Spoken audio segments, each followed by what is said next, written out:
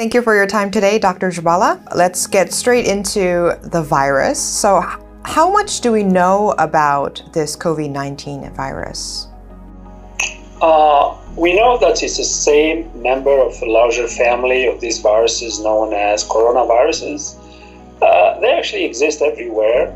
They spend a lot of their time with animals. So this is the third virus that has crossed.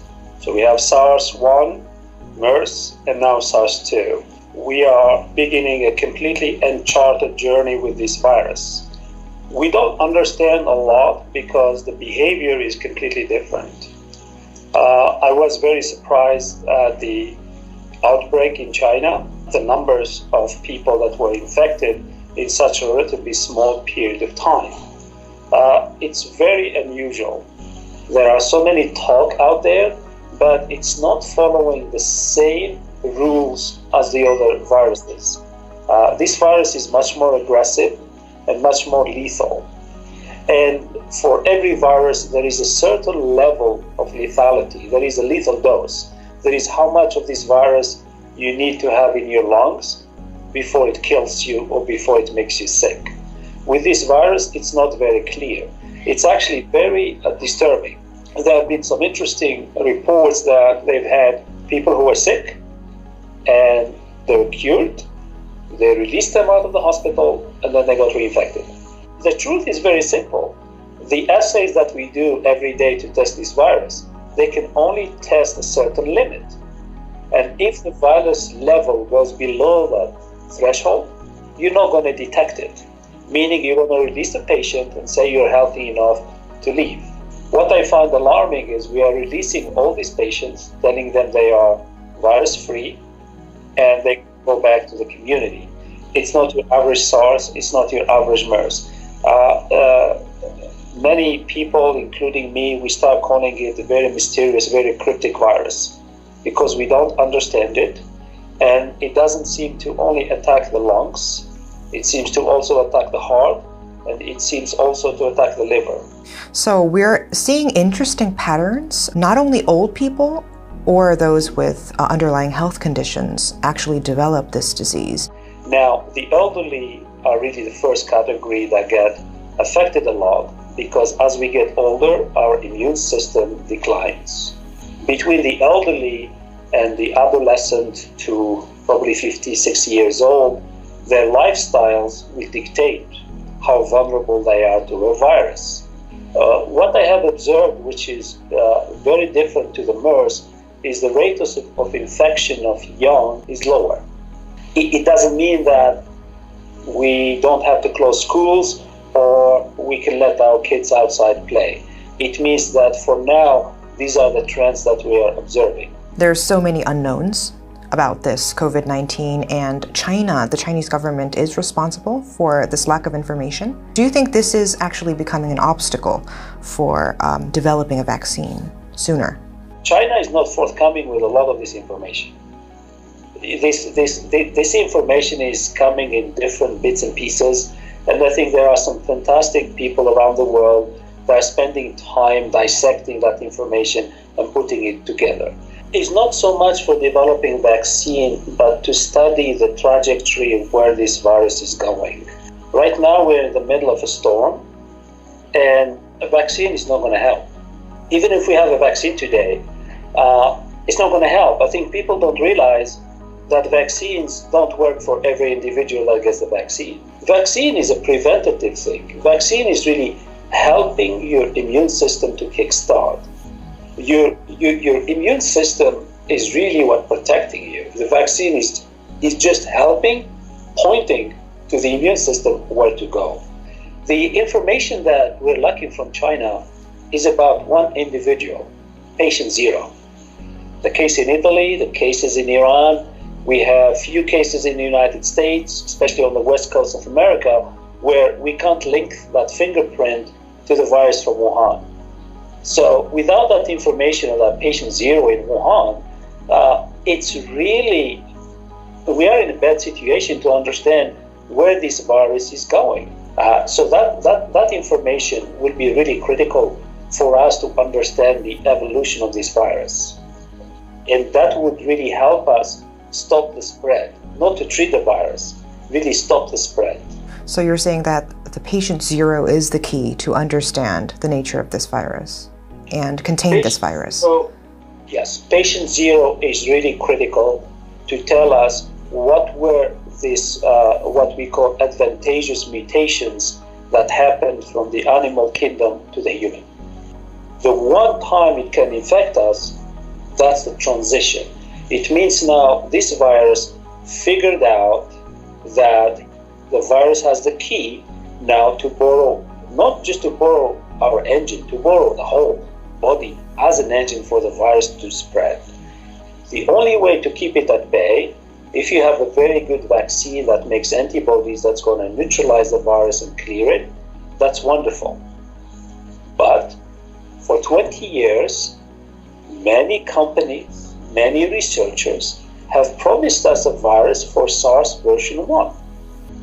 And we are in 2020 and this vaccine doesn't exist. Many reasons. One is there is no more threat, so everybody forgets about it. Two, they have tried and they have identified difficulties that these viruses are not amenable to a vaccine. And because of that, they may need several years of research. The best comparison to that is the Ebola virus in Africa. The only reason we got a vaccine for Ebola is because Ebola decided to leave the continent of Africa and start infecting people in Europe and in America. So those people start getting worried about an Ebola spread on their own soil. And that was the push for government funding to get those vaccines done. Companies will not make vaccines if there is no one to buy it. They only make it when the government is under crisis. So the government can write the check and sign the check and hand over the money. But those governments have not seen a vaccine yet for SARS. And there hasn't been a push for it. Now, perhaps, they will try something, but I am not holding my breath. We are seeing a rapid spread of this virus, and the WHO declared that the spread of this virus is a pandemic. Why is this virus traveling so quickly around the world? So this virus is traveling with new friends called bacteria. These bacteria love to live in confined environment like an airplane. They live on the hard surfaces, they live on the soft surfaces. We, as an unaware patients, we're going to sit on that seat on the plane, we're going to touch everything, we're going to read the magazine that 200 people read it before, and each time somebody touches the magazine, we leave some bacteria in there. And as soon as those people land in Italy, as an example, and get out of the airport, now they're going to spread this thing everywhere. But as soon as you get into a patient who are in the higher category of age and have underlying diseases, you start the factory. But the virus that woke up in Italy is much more aggressive. And the one who left the plane from China, mutations. So when it woke up, it mutated again, and now it's much more aggressive that what's going on in Italy today, we can plot it on an exponential curve. It's scary. Korea, the only equivalent is the church. I think the Korean government and the Korean people should be grateful for this church, because this church provided us the first data of this very, very directional spread. And I think what that church did is really forced the moon government, they forced their hands to go out now and throw away all the definitions of who to test for and what to look for, and say, we're going to look for everybody. Foreign media has been reporting that you can go out without a mask. It's actually not recommended to wear a mask. What do you think about this?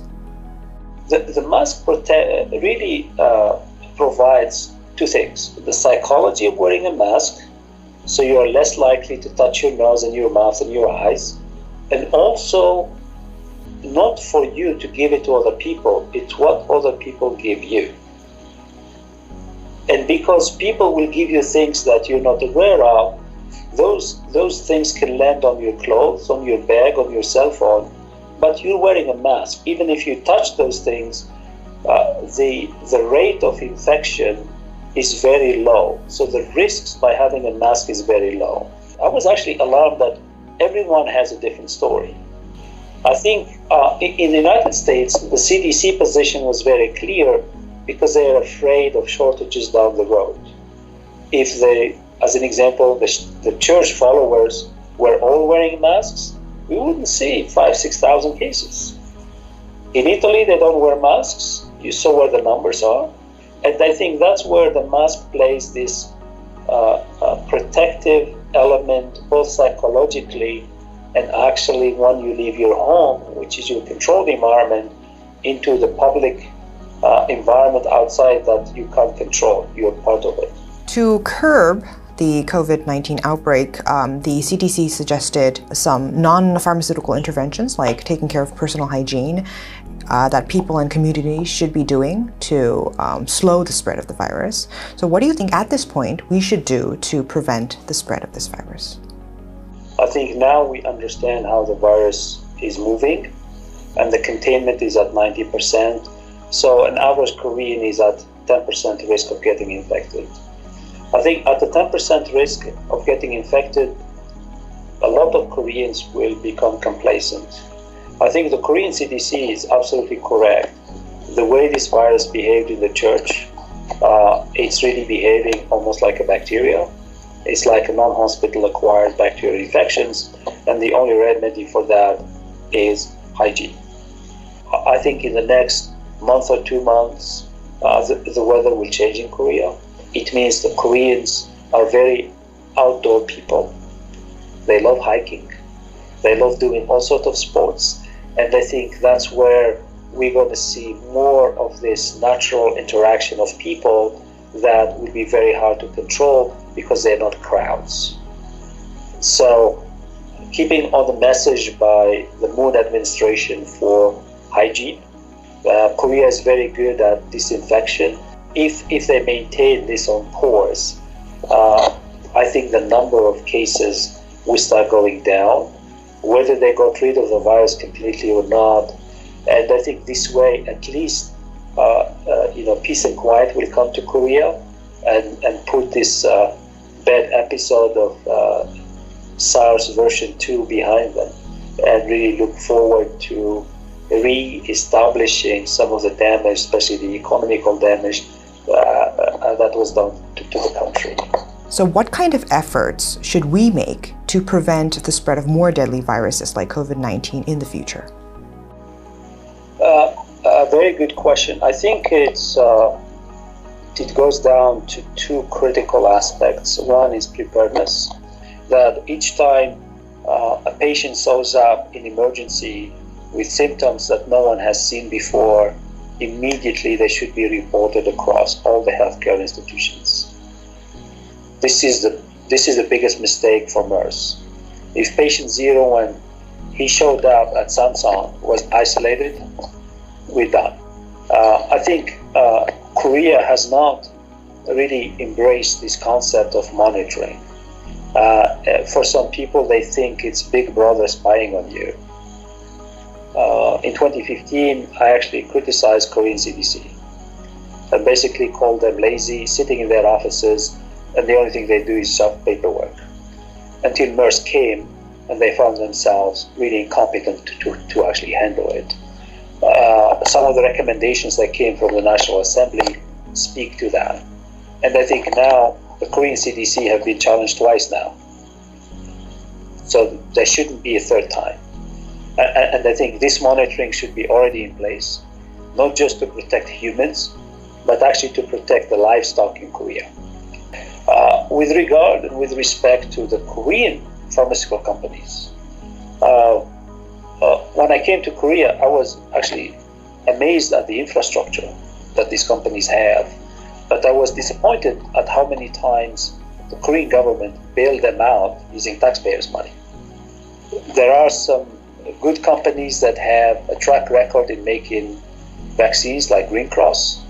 There is no reason why Green Cross is not trying hard to make these vaccines. The Green Cross was one of the companies that got some funding during the MERS crisis to make a vaccine, and they actually did not have it. So in Korea, it's different to other countries because those companies are surviving because the government has helped them survive, though they're not really producing anything yet.